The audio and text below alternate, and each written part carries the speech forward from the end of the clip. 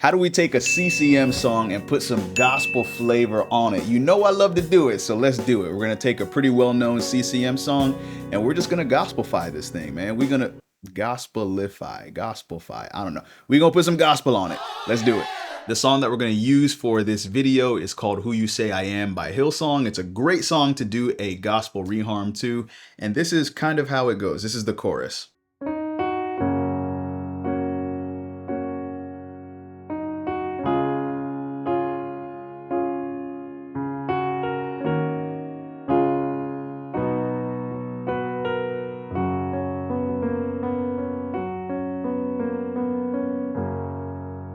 Pretty basic chords. That's typically how CCM kind of structures their chords and their harmonies.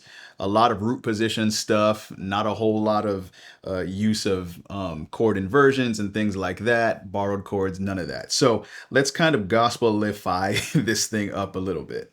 Instead of just going to that 1 to 5 in root position, let's try 1 to 5 in first inversion.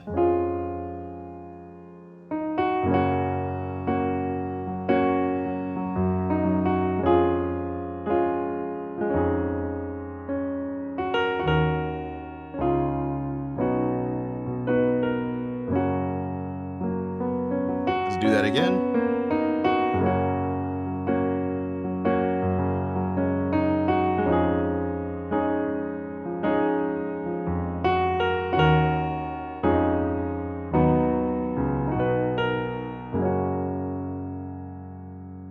Awesome. So you see that just using a few chord inversions already gets us moving in that right direction, getting towards this gospel style. But even beyond that, just using chord inversions, we can use borrowed chords. And I will continue to preach this over and over. With gospel music, you have to use borrowed chords. It is so stylistic to that genre. So let's take a listen to what something like that might sound like.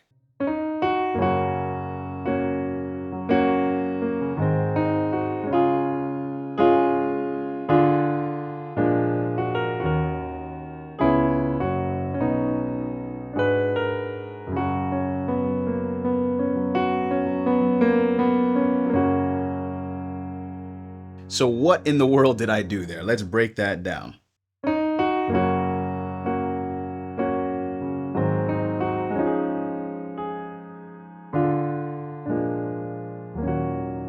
So that first borrowed chord that we have,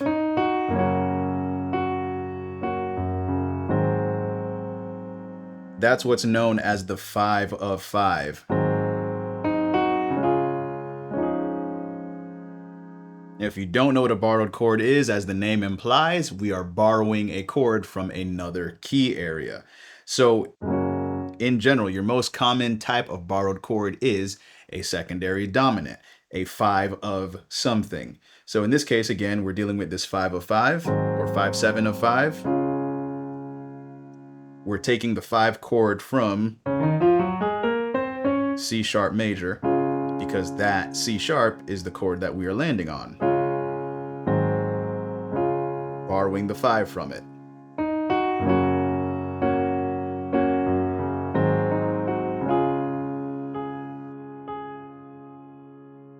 And that's essentially what we're doing all the way through. Let's keep going.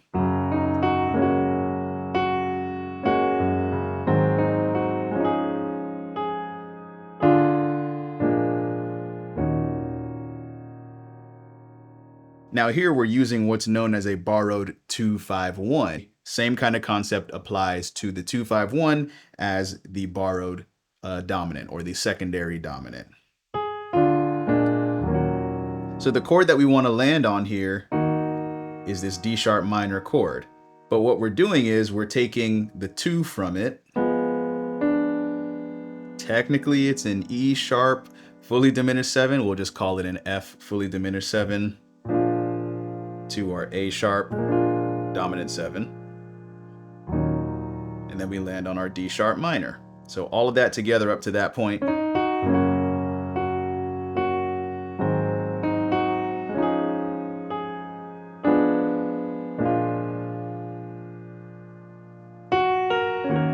and we land on our D sharp minor. We can keep all those chords the same. 6, 5, 4.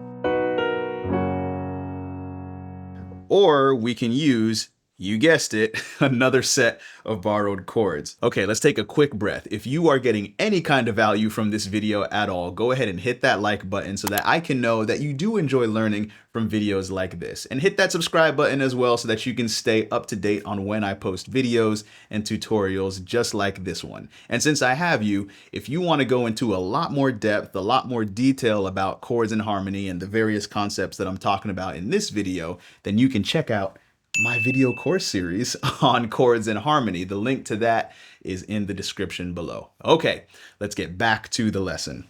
So we land on our 6. And we spend a little bit of time here on this 4.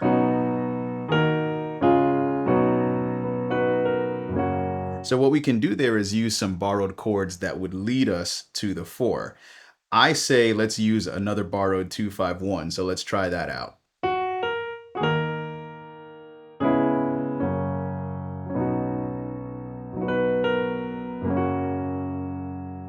That sounds pretty nice.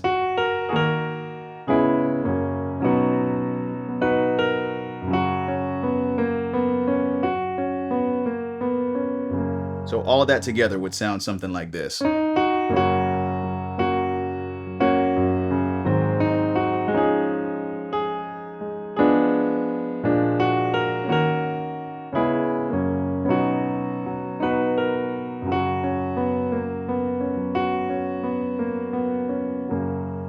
Yes, that is so gospel-like. All right, we are well on our way to really having a really nice gospel reharm here. And even if you just stuck with these chords already, that is such a nice change of pace from, you know, your basic root position chords, root position diatonic chords of CCM. Okay, so all of that, again, we end up on this 4. Instead of just staying there, we can maybe go to our 2. Because again, with our 4 chord, we have these common tones that are shared with our 2 chord. We have scale degrees 4, 6, and 1. Our 2 chord consists of 2, 4, and 6. We're taking 2 already from the 4.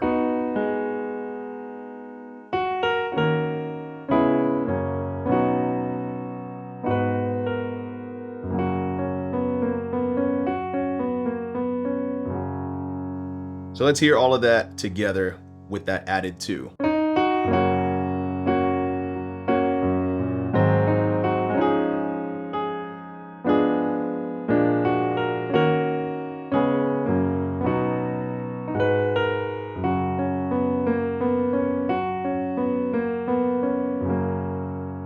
That's so nice, but that part of the chorus repeats. So what we have now is an opportunity to expand it even more. We can make our harmonic structure here a bit more rich. So we don't have to use the exact same chords from our reharm, even though it does sound really nice. We can change it up just a little bit more.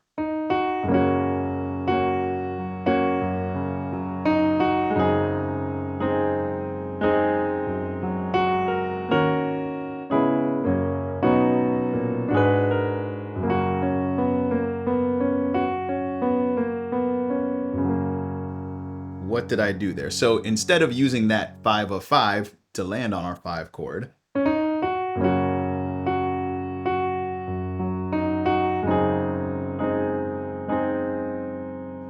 instead of going to the 5, I stayed here on this chord.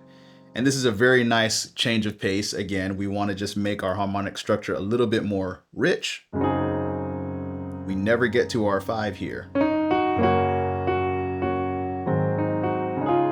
No.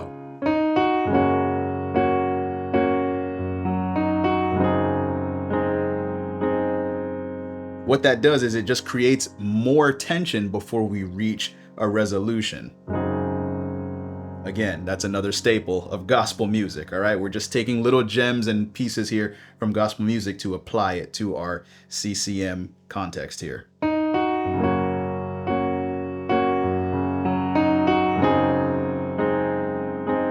We just keep that 1 in our bass, and we make our 2 chord a major chord. We have this Lydian color here.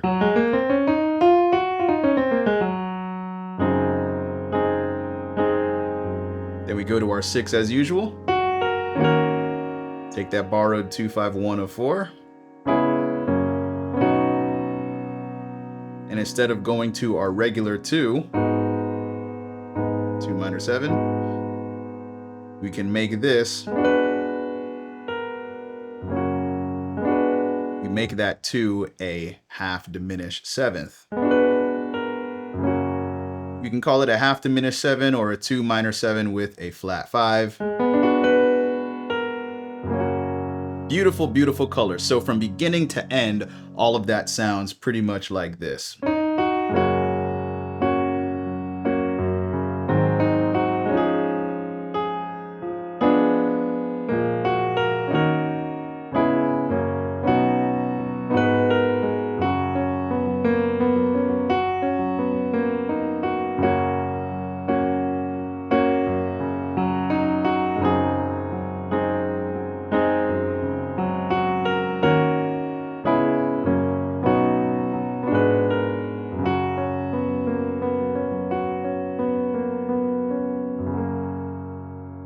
So if you play in church, man, next time you play that song, if you do play it, play that joint with these gospel movements, these gospel colors. I'm telling you, it's going to change things up so much. It's going to be really, really fun to play. If this is brand new to you, I know it can be a lot to take in, and that's okay.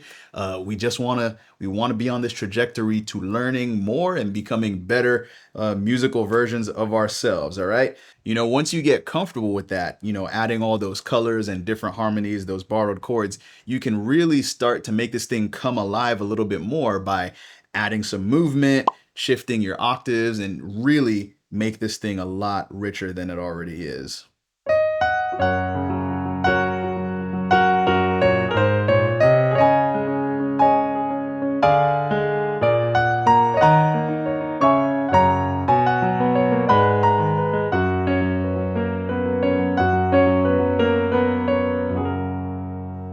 You can really do a lot with the bit that you know already, okay? Even if you don't implement everything here, just take little bits and pieces. Try to see what you can consume, see what does stick that you can apply to your playing. Now again, if this is a brand new set of concepts for you, then please take it slow, okay? There is no rush, there's no fire that you have to go put out, okay?